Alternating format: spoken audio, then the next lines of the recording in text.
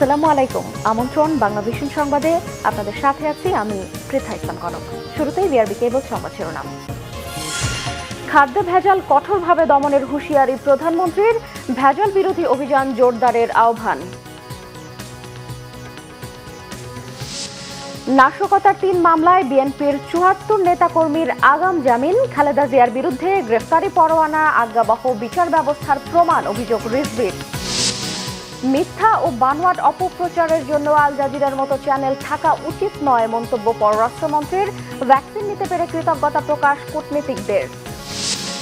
প্রযুক্তিগত দুর্বলতা আর অবৈধ নিবন্ধনে কয়েক কোটি ভুয়া আইডির সৃষ্টি, ২০ বছরেও কাঙ্ক্ষিত লক্ষ্য পূরণ হয়নি বাংলাদেশ জন্ম নিবন্ধন কার্যক্রমের।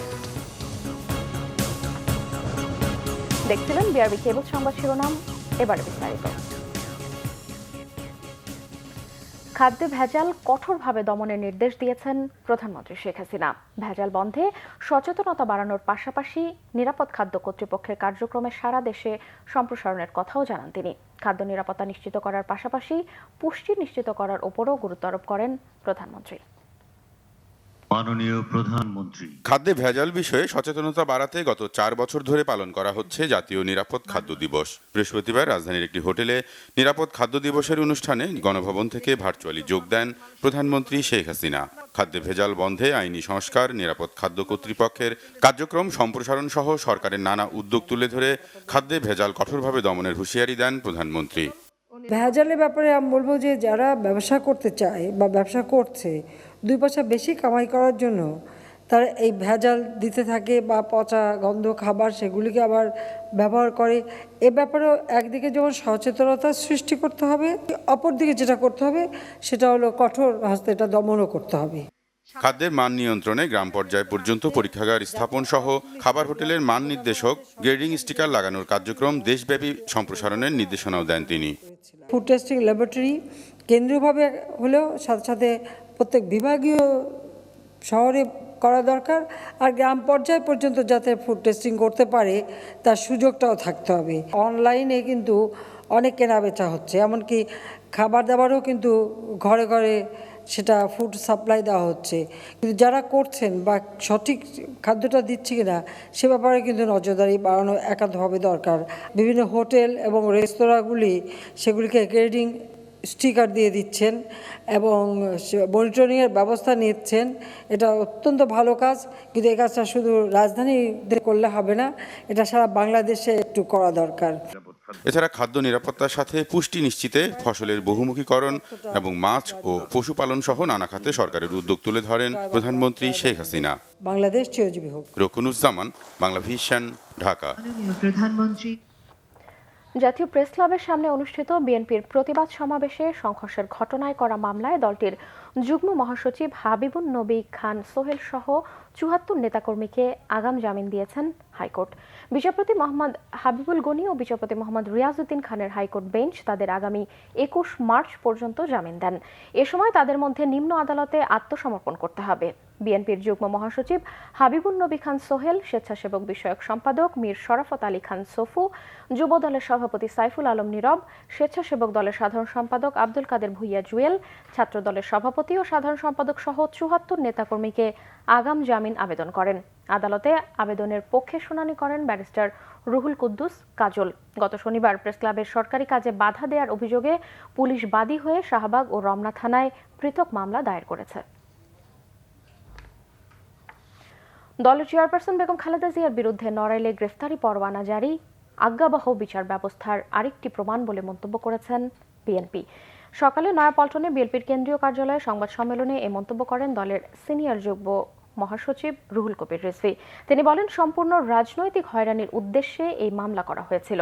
বলেন, মিথ্যা অভিযোগের মামলায় ৩ বছরের বেশি সময় বন্দী রেখে আবার বেগম জিয়ার নামে গ্রেফতারি পরোয়ানা জারি ইতিহাসের সকল বর্বর নির্যাতনকেও হার মানিয়েছে। ৫ বছর আগে রাষ্ট্রদ্রোহের এই মামলায় করা হয়েছিল। এদিকে ঢাকা বিশ্ববিদ্যালয় ছাত্রদলের আহ্বায়ক রাকিবুল ইসলাম রাকিবকে বুধবার রাতে গ্রেফতার করা হয় বলে জানান রুহুল কবির রিজভী। অবিলম্বে তার মুক্তি দাবি করা হয় সংবাদ সম্মেলনে।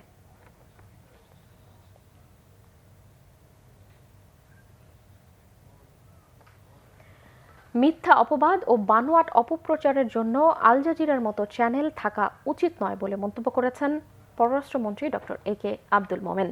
চ্যানেলটির সতর্ক হওয়া উচিত, না হলে তারা নিশ্চিহ্ন হয়ে যাবে বলে মন্তব্য করেন তিনি। আমেরিকা থেকে লোকজন এসে বাংলাদেশে করোনার টিকা নিচ্ছেন বলে জানান পররাষ্ট্রমন্ত্রী। এদিকে বিদেশিদের জন্য করোনার টিকা ব্যবস্থা করায় সরকারকে ধন্যবাদ জানিয়েছেন British high commissioner Robert C Dixon সহ কয়েকটি দেশের রাষ্ট্রদূত। বৃহস্পতিবার দ্বিতীয় দফায় রাজধানীর গ্যাস্ট্রো-লিভার হাসপাতালে করোনার টিকা দেয়া হয় বাংলাদেশে অবস্থিত বিদেশি মিশনের রাষ্ট্রদূত ও কূটনীতিকদের। British high commissioner Robert Chatterton Dickson, ব্রাজিলের হাইকমিশনার তাবাজেরো অলিভিয়েরা, মালদ্বীপের হাইকমিশনার সিরুজিমাত সমীর সহ ৪৫ জন রাষ্ট্রদূত ও কূটনীতিক টিকা নেন। সরকারি ব্যবস্থাপনায় বাংলাদেশে টিকা নিতে পেরে কৃতজ্ঞতা প্রকাশ করেন কূটনীতিকরা। একে একে সব বিদেশিকে টিকা দেয়া হবে বলে আশা করেন তারা। আমি খুশি যে আমার দেশে যে টিকা উদ্ভাবিত হয়েছে ভারতে তৈরি সেই টিকাই আমি নিতে পারছি। বাংলাদেশ সরকারকে ধন্যবাদ। বাংলাদেশ, ভারত ও যুক্তরাজ্য করোনা মোকাবেলায় একসাথে কাজ করছে। দূতাবাসের বাইরে বাংলাদেশে থাকা অন্যান্য ব্রিটিশরা যেন টিকা নিতে পারে সে ব্যাপারে আমরা সরকারের সাথে আলোচনা করছি। আশা করি তারাও পাবে। আমি প্রথমে একটু ভয় পেয়েছিলাম, কিন্তু টিকা নেওয়ার পর ভয় কেটে গেছে। আমার দেশেও এই একই টিকা জনগণকে দেয়া হচ্ছে। এখানকার ব্যবস্থাপনা নিয়ে আমি সন্তুষ্ট। টিকা নিয়ে আমার কোনো ভয় বা সংশয় হয় নাই। আমি নির্দ্বিধায় টিকা নিয়েছি। বিদেশিদের টিকার ব্যবস্থা করায় বাংলাদেশের সরকার ও জনগণকে ধন্যবাদ। পরে টিকা নেন পররাষ্ট্রমন্ত্রী ডক্টর একে আব্দুল মোমেন। তিনি বলেন, করোনায় বাংলাদেশে লাখ লাখ লোক মারা যাবে বলে অনেকেই অপপ্রচার চালিয়েছিল, কিন্তু তা মিথ্যা প্রমাণ হয়েছে। আল জাজিরার সাথে আরেকটি নেত্র, তারা বলছিল বাংলাদেশে 50 থেকে 1 কোটি লোক মারা যাবে এবং তারা অক্সফোর্ডের বরাত দিয়ে বলেছিল। আপনার এখনো পর্যন্ত 8,000+ লোক মারা গেছে। এগুলো সব বানোয়াট। ওরা ঘরে বসে বসে চিন্তা করে, দেশ সম্পর্কে কোনো জ্ঞান নাই। দুঃখের বিষয় যে আল জাজিরার মতো একটা বড় আপনার সংস্থা, একটা তারা এত মিথ্যা কথা বলতে পারে, এত বানোয়াট গল্প বলতে পারে, এইটা তাদের জন্য লজ্জা হওয়া উচিত। এইরকম মিডিয়া থাকা উচিত না, কারণ এত মিথ্যা কথা বলে। তাদের দে শুড বি কনসিয়াস, তাদের এই মুহূর্তে they should be careful about যে এই ধরনের মিথ্যা তাদের বন্ধ করা দরকার, কারণ otherwise they will be wiped out. Corona দূর করার জন্য সব দেশেরই রাজনৈতিক অঙ্গীকার থাকা প্রয়োজন বলে উল্লেখ করেন পররাষ্ট্রমন্ত্রী। বিদেশি Imrul Kayes, Bangla vision, Dhaka. Corona virus প্রতিরোধে এবার টিকা নিলেন বাংলাদেশ জাতীয় দলের ক্রিকেটাররাও। নিউজিল্যান্ড সফরকে সামনে রেখে তামিম সৌম্য সহ বেশ কয়েকজন ক্রিকেটার ও বিদেশি কোচিং স্টাফ সহ মোট 28 জন আজ টিকা নিয়েছেন। এ সময় অন্যদেরও টিকা নেওয়ার আহ্বান জানিয়েছেন ওয়ানডে অধিনায়ক তামিম ইকবাল। এদিকে স্বাস্থ্যমন্ত্রী জানিয়েছেন 22 ফেব্রুয়ারি দেশে আসছে আরও 20 লাখ টিকা। তবে চাহিদা থাকলে টিকা প্রত্যাশীদের ভিড় বাড়ায় স্পট রেজিস্ট্রেশন করার পরিকল্পনা নেই। 20 মার্চের নিউজিল্যান্ড সফরকে সামনে রেখে বৃহস্পতিবার রাজধানীর কুর্মিটোলা হাসপাতালে টিকা নেওয়া শুরু করেছেন জাতীয় দলের ক্রিকেটাররা।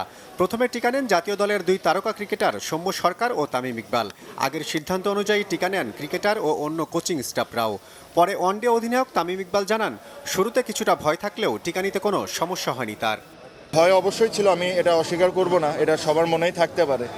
বাট জিনিসটা নিয়ে যদি একটু জানা যায়, অথবা জিনিসটা নিয়ে যখন আপনাকে কেউ যারা কনসার্ন ওনারা যদি বুঝাবেন, তখন আপনি বুঝতে পারবেন যে জিনিসটা আসলে আমরা লাকি যে আমরা এই জিনিসটা পাচ্ছি। বিভিন্ন আমরা যে ফার্স্ট ওয়ার্ল্ড কান্ট্রি বলি অনেক দেশে কিন্তু এখনও এই পরিমাণ ভ্যাকসিনেশন দেওয়াই হচ্ছে না, যে জায়গায় আমরা আজকে অলমোস্ট 12 নম্বর দেশে। এ সময় বিসিবি সভাপতি ও বেক্সিমকো ফার্মাসিউটিক্যালসের ব্যবস্থাপনা পরিচালক নাজমুল হাসান পাপন জানান, স্থানীয়ভাবে করোনার টিকা তৈরির পরিকল্পনা চলছে। কিছু নাই তো এখানটায়, এটা আসবে, আমাদের যা দায়িত্ব আমরা পালন করে যাব, এখানে পরিবর্তনের কিছু নেই। সো আমরা আরও দেখছি। এখন নেক্সট স্টেপটা হবে বাংলাদেশের জন্য লোকাল প্রোডাকশন। এটা তো ফেব্রুয়ারিতে আসার কথা, কাজে এই মাসে যদি 20 লাখ আসে তাহলে মনে করেন এটা এক্সট্রা পাচ্ছি। সো আপনাদের এটা কোনো চিন্তার কোনো কারণ নাই, সব কিছু অ্যাজ পার এগ্রিমেন্ট হচ্ছে। এদিকে টিকাদান কর্মসূচির সুরক্ষা অ্যাপস উদ্বোধন করে স্বাস্থ্যমন্ত্রী জানিয়েছেন, টিকা প্রত্যাশীদের ভিড় বাড়ায় চাইলেও এখন আর টিকাদান কেন্দ্রে রেজিস্ট্রেশন উন্মুক্ত রাখা সম্ভব হচ্ছে না। এই টিকা নিয়েও অনেকে অনেক কথা বলেছে, এখন সেই কথাগুলো আর ধোপে টিকে নিয়ে হাওয়ার মধ্যে উড়ে গেছে। আগামী 22 ফেব্রুয়ারি দেশে আরও 20 লাখ টিকা আসছে বলে আবারও জানান স্বাস্থ্যমন্ত্রী। জিয়াউল হক সবুজ, বাংলা ভিশন, ঢাকা।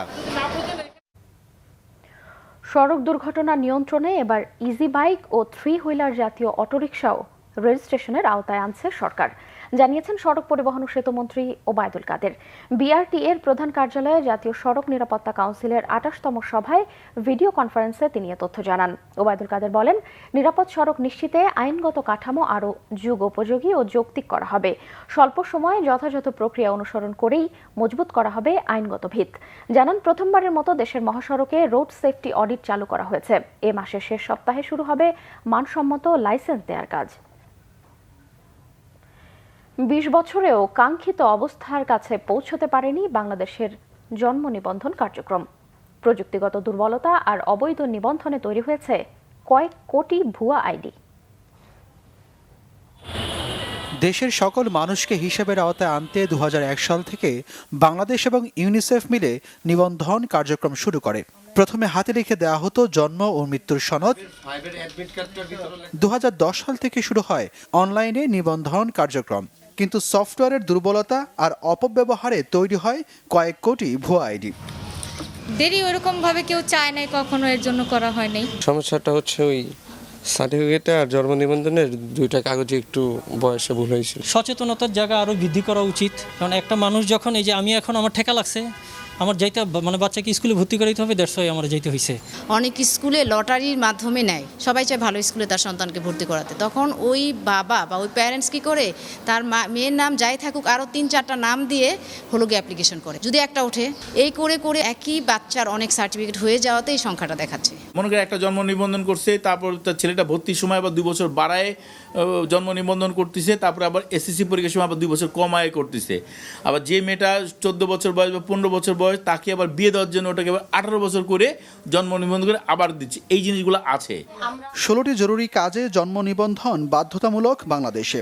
এই কাজগুলো করতে গিয়ে যেমন তৈরি হচ্ছে ভুয়া নিবন্ধন, তেমনি এই 16টি কাজের বাইরে থাকা মানুষ থেকে যাচ্ছে নিবন্ধনের বাইরে, যার মূল কারণ প্রচারণার অভাব এবং শক্ত আইন না থাকা। তবে পুরনো দ্বৈত আইডি মুছে ফেলা এবং নতুন নিবন্ধন ত্রুটিমুক্ত করতে এবার নতুন সফটওয়্যার বেছে নিয়েছে সরকার। আগের সার্ভারটাতে কাজ করতে প্রবলেম হতো, খুব স্লো থাকতো সারাদিন ব্যাপী। ওটার সক্ষমতা কমে যাওয়ার জন্য নতুন আমরা সফটওয়্যার চালু করছি গত বছর ডিসেম্বরে। এই সফটওয়্যারে এইগুলা কাজ করা মানে মানুষের জন্য আর সম্ভব হবে না। আশা করা যাচ্ছে পুরাতন বিআরআইএসে যে ড্রব্যাকগুলো ছিল, ওই ড্রব্যাকগুলোকে সম্পূর্ণ মিটিগেট করে নতুনটাতে আরও অ্যাডভান্স পর্যায়ে ডুপ্লিকেসি কমানোর জন্য সব ধরনের চেষ্টাই এর সাথে আছে। জানুয়ারির 1 তারিখ থেকে আমার যে নতুন সফটওয়্যারটা দিয়েছে, এটাই ধরা পড়ে 2-3টা এখন আর কেউ করতে পারছে না, আর আগে যারা করেছে সেগুলো বাতিলের ব্যবস্থা আছে। জন্ম নিবন্ধন কার্যক্রমের বেহাল অবস্থা থেকে ঘুরে দাঁড়াতে বিশেষ পদক্ষেপের কথা জানিয়েছেন এলজিআরডি মন্ত্রী। অধিদপ্তরটা ভিজিট করেছি ইতিমধ্যে এবং তাদেরকে নিয়ে কাজ আরম্ভ করেছি। আশা করি একটা সময় আমরা সারা বাংলাদেশে একেবারে অবিতর্কিত জন্ম নিবন্ধন এবং জন্মের পরে 15 দিনের ভিতরে আমরা করতে সক্ষম হব। প্রচারণা সহ যে সমস্ত বিষয়গুলো আছে এগুলো আরও জোরদার করা হবে। এটা কম্প্রিহেন্সিভ প্যাকেজ নিয়ে আমরা কাজ করছি। দেশে প্রতি 10 বছর পর পর জনসংখ্যা গণনা করা হয়। সবশেষ হয়েছিল 2011 সালে। এই বছর আবারও হবার কথা রয়েছে। দেশের বর্তমান জনসংখ্যা কত এটি জানার উপায় ছিল যদি মাঝের সময়গুলোতে জন্ম এবং মৃত্যুর নিবন্ধন ঠিকঠাকভাবে করা যেত। তারপরও গত ডিসেম্বর পর্যন্ত বাংলাদেশের জন্ম নিবন্ধনের সংখ্যাটি দাঁড়িয়েছে 17,63 লাখেরও বেশি। এতে স্পষ্ট ভুয়া নিবন্ধনের পরিমাণ বাংলাদেশে কতটা। নতুন সফটওয়্যারে হয়তো কিছু সমাধান মিলবে, কিন্তু শিশু, বৃদ্ধ এবং মৃতদের হিসাবের আওতায় আনা না গেলে একটি পরিপূর্ণ নিবন্ধন কার্যক্রম দাঁড় করানো কঠিন হবে। তবে পর্যাপ্ত প্রচারণা এবং শক্ত আইন বাস্তবায়নের মাধ্যমে এটি করা সম্ভব। নাইম হাসান, বাংলা ভিশন, ঢাকা। নোয়াখালীর অপরাজনীতি বন্ধ। ডিসি, এসপি ও ওসি প্রত্যাহার সহ উপজেলা পরিষদের সাবেক চেয়ারম্যান মিজানুর রহমান বাদল সহ দলীয় কয়েক নেতাকর্মীকে গ্রেফতারের প্রতিবাদে কোম্পানীগঞ্জে পালিত হচ্ছে আধাবেলা হরতাল। ভোর 6টা থেকে শান্তিপূর্ণভাবে চলে এই হরতাল। সকাল থেকে বসুরহাটে হরতালের সমর্থনে পৌর মেয়র আব্দুল কাদের মির্জার নেতৃত্বে মিছিল ও সমাবেশ হয়। দোকান আর ব্যবসায়িক প্রতিষ্ঠানগুলো বন্ধ থাকে। কোম্পানীগঞ্জ থেকে দূরপাল্লার ও অভ্যন্তরীণ কোনো যানবাহন চলাচল করেনি। বুধবার কোম্পানীগঞ্জে আধাবেলা হরতালের ডাক দেন বসুরহাট পৌরসভার মেয়র আব্দুল কাদের মির্জা। সংবাদ শেষ করব বিআরবি কেবল শিরোনামগুলো আরও একবার জানিয়ে। খাদ্যে ভেজাল কঠোরভাবে দমনের হুঁশিয়ারি প্রধানমন্ত্রীর, ভেজাল বিরোধী অভিযান জোরদারের আহ্বান। নাশকতার ৩ মামলায় বিএনপির ৭৪ নেতাকর্মীর আগাম জামিন, খালেদা জিয়ার বিরুদ্ধে গ্রেফতারি পরোয়ানা, আজ্ঞাবহ বিচার ব্যবস্থার প্রমাণ, অভিযোগ রিজভির। মিথ্যা ও বানোয়াট অপপ্রচারের জন্য আল জাজিরার মতো চ্যানেল থাকা উচিত নয়, মন্তব্য পররাষ্ট্রমন্ত্রীর। ভ্যাকসিন নিতে পেরে কৃতজ্ঞতা প্রকাশ কূটনীতিকদের। প্রযুক্তিগত দুর্বলতা আর অবৈধ নিবন্ধনে কয়েক কোটি ভুয়া আইডির সৃষ্টি, ২০ বছরেও কাঙ্ক্ষিত লক্ষ্য পূরণ হয়নি বাংলাদেশ জন্ম নিবন্ধন কার্যক্রমের। এই ছিল এখনকার মতো। পরের সংবাদ বিকেল ৪টায়, এর আগে ৩টা রয়েছে নিউজ টপ 10, দেখার আমন্ত্রণ রইল। এছাড়াও বাংলাদেশের সংবাদ ও সংবাদ সংশ্লিষ্ট অনুষ্ঠান দেখতে ভিজিট করুন www.banglavision.tv ও facebook.com/banglavision এবং সাবস্ক্রাইব করুন youtube.com/banglavision news। এতক্ষণ সঙ্গে থাকায় ধন্যবাদ।